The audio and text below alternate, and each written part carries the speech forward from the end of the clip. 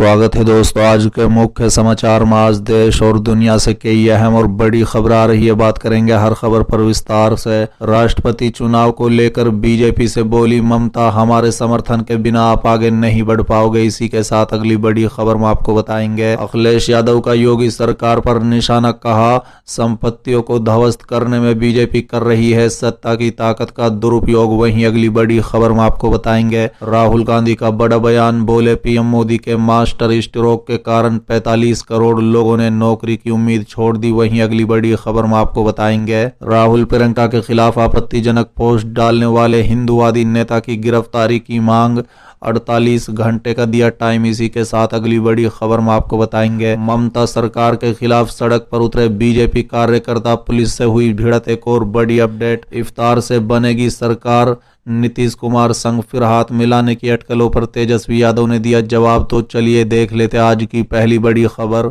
राष्ट्रपति चुनाव को लेकर बीजेपी से बोली ममता, हमारे समर्थन के बिना आप आगे नहीं बढ़ पाओगे। दरअसल दोस्तों 5 राज्यों के विधानसभा चुनाव के नतीजे आ चुके हैं। इन राज्यों के नतीजों का प्रभाव आने वाले राष्ट्रपति चुनाव में भी पड़ने की संभावना है। बता दें संख्या बल में फेरबदल के बीच आपको बता दें कि जून जुलाई के महीने में राष्ट्रपति चुनाव होने की संभावना है, जिसको लेकर राजनीतिक दल अभी से कमर कसने में लग गए हैं। बता दें कि पश्चिम बंगाल की मुख्यमंत्री ने तो सीधे सीधे सत्ताधारी पार्टी बीजेपी को ही चुनौती देते हुए कहा है कि हमारे समर्थन के बिना आप आगे नहीं बढ़ पाओगे। आज राज्य विधानसभा में पश्चिम बंगाल की मुख्यमंत्री और टीएमसी नेता ममता बनर्जी की तरफ से ये बयान आया है।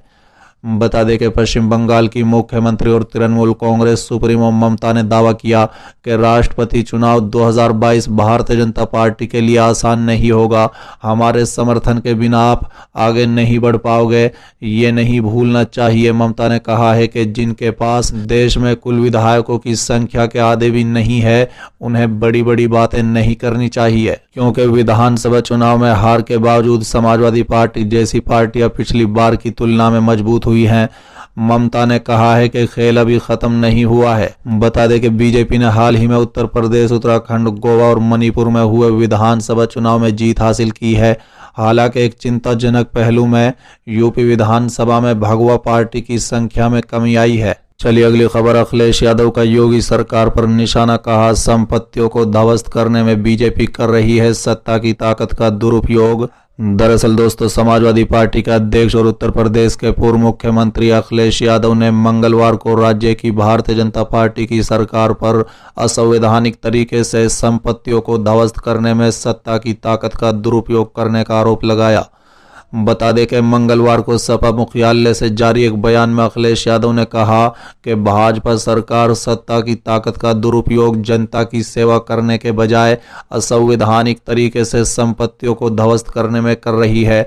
उन्होंने कहा है कि दिल्ली की तरह उत्तर प्रदेश में भी गैर कानूनी कार्यवाही पर रोक लगानी चाहिए। समाजवादी पार्टी जनहित में आवाज उठाती रहेगी। बता दें कि पूर्व मुख्यमंत्री ने कहा कि भाजपा अपने मातृ संगठन आरएसएस यानी राष्ट्रीय स्वयं सेवक संघ का एजेंडा लागू करने के लिए प्रतिबद्ध है और भाजपा राज्य में समाज में सौहार्द के बजाय वैमनस्य से बड़ा है। यादव ने आरोप लगाया है कि भाजपा सरकार अत्याचार की पराकाष्ठा पार कर रही है, बिना नोटिस घर उजाड़े जा रहे हैं, जन सामान्य को फर्जी मुकदमों में फंसाया जा रहा है और जनता को तरह तरह से परेशान किया जा रहा है। साथ ही सपा प्रमुख अखिलेश यादव ने कहा है कि भाजपा सरकार के 2 ही काम हैं, एक जनता का बुनियादी मुद्दों से ध्यान भटकाना और दूसरा नफरत तथा अफवाहों के सहारे समाज को बांटना। उन्होंने कहा है कि भाजपा राज्य में समाज का हर वर्ग करा रहा है। भाजपा सरकार ने शिक्षा, स्वास्थ्य सेवाओं की तिलांजलि दे दी है। चलिए अगली खबर, राहुल गांधी का बड़ा बयान, बोले पीएम मोदी के मास्टर स्ट्रोक के कारण 45 करोड़ लोगों ने नौकरी की उम्मीद छोड़ दी। दरअसल दोस्तों कांग्रेस के पूर्व अध्यक्ष राहुल गांधी ने खबर का हवाला देते हुए मंगलवार को आरोप लगाया कि प्रधानमंत्री नरेंद्र मोदी के मास्टर स्ट्रोक के कारण देश के 45 करोड़ लोगों ने नौकरी की उम्मीद छोड़ दी। बता दें कि कांग्रेस के पूर्व अध्यक्ष राहुल गांधी ने centre for monitoring India economy यानी सीएमआई की रिपोर्ट का हवाला देते हुए कहा है कि साल 2017 से 2022 के बीच कुल श्रम भागीदारी दर 46% से घटकर 40% हो गई। लगभग 2.1 करोड़ श्रमिकों ने काम छोड़ा और केवल 9% पात्र आबादी को रोजगार मिला। बता दें कि इस रिपोर्ट में यह भी कहा गया है कि भारत में अभी 90 करोड़ लोग रोजगार के पात्र हैं, जिनमें से 45 करोड़ से ज्यादा लोगों ने अब काम की तलाश भी छोड़ दी है। बता दें कि राहुल गांधी ने ट्वीट किया है कि न्यू इंडिया का न्यू नारा, हर घर बेरोजगारी, घर घर बेरोजगारी। 75 साल में मोदी जी देश के पहले ऐसे प्रधानमंत्री हैं जिनके मास्टर स्ट्रोक से 45 करोड़ से ज्यादा लोग नौकरी पाने की उम्मीद ही छोड़ चुके हैं। चलिए अगली खबर, राहुल और प्रियंका के खिलाफ आपत्तिजनक पोस्ट डालने वाले हिंदूवादी नेता की गिरफ्तारी की मांग। दरअसल दोस्तों, कांग्रेस के पूर्व राष्ट्रीय अध्यक्ष राहुल गांधी और पार्टी महासचिव और उत्तर प्रदेश प्रभारी प्रियंका गांधी वाड्रा के खिलाफ सोशल मीडिया में आपत्तिजनक पोस्ट डालने वाले कथित हिंदूवादी नेता की गिरफ्तारी की कांग्रेस ने मांग की है। बता दें कि पार्टी के जिलाध्यक्ष चौधरी भगवान सिंह वर्मा ने मंगलवार को कहा है कि अगर 48 घंटे के अंदर कार्रवाई न की गई तो पार्टी आंदोलन करेगी। उन्होंने कहा है कि हिंदूवादी नेता दीपक तिवारी द्वारा फेसबुक में कांग्रेस के शीर्ष नेतृत्व के खिलाफ की गई आपत्तिजनक टिप्पणी के बारे में उन्हें रविवार को पता चला था। कांग्रेस सेवा दल के जिलाध्यक्ष सुनील उपाध्याय ने इस आपत्तिजनक टिप्पणी के खिलाफ मथुरा जिले के गोवर्धन थाना में उसी दिन 67 IT एक्ट और 509 IPC की अंतर्गत मुकदमा दर्ज कराया था। चलिए अगली खबर, ममता सरकार के खिलाफ सड़क पर उतरे बीजेपी कार्यकर्ता, पुलिस से हुई भिड़ंत कई घायल। दरअसल दोस्तों, पश्चिम बंगाल में बेरोजगारी के खिलाफ भारतीय जनता युवा मोर्चा के विकास भवन अभियान के दौरान कार्यकर्ताओं पर पुलिस ने पानी की बौछार की। बता दें, विकास भवन अभियान के दौरान पुलिस और बीजेपी कार्यकर्ता आपस में भिड़ गए। बता दें कि भाजपा के राष्ट्रीय अध्यक्ष और सांसद तेजस्वी सूर्या जुलूस का नेतृत्व कर रहे हैं। बीजेपी युवा मोर्चा ने ममता सरकार के खिलाफ विकास भवन अभियान का आह्वान किया था।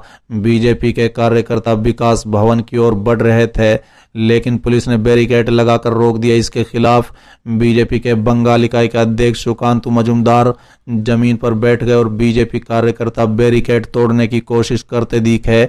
बाद में पुलिस ने बीजेपी के नेताओं को गिरफ्तार कर लिया। चलिए अगली खबर, इफ्तार से बनेगी बात, नीतीश कुमार संग फिर हाथ मिलाने की अटकलों पर तेजस्वी यादव ने दिया जवाब। दरअसल दोस्तों, राष्ट्रीय जनता दल की ओर से आयोजित इफ्तार पार्टी में नीतीश कुमार की शिरकत के बाद से बिहार की राजनीति में बदलाव को लेकर चल रही अटकलों के बीच अब नेता प्रतिपक्ष तेजस्वी यादव ने रिएक्शन दिया है। बता दें कि बिहार के पूर्व मुख्यमंत्री ने सोमवार को किसी राजनीतिक मोड़ की कल्पना को लेकर आगाह करते हुए कहा है कि वो बीजेपी और RSS से जुड़ी ताकतों से लड़ते रहेंगे।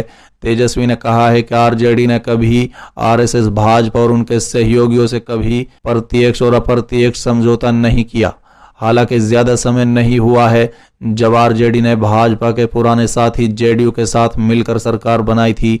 बता दें कि तेजस्वी यादव ने PTI को दिए इंटरव्यू में 2024 लोकसभा चुनाव को लेकर विपक्षी गठबंधन बनाने पर जोर दिया और कहा कि कांग्रेस उन 200 सीटों पर फोकस करे जहां उसकी बीजेपी से सीधी लड़ाई है, जबकि जहां क्षेत्रीय दल मजबूत है वहां एक सीट पर बैठे।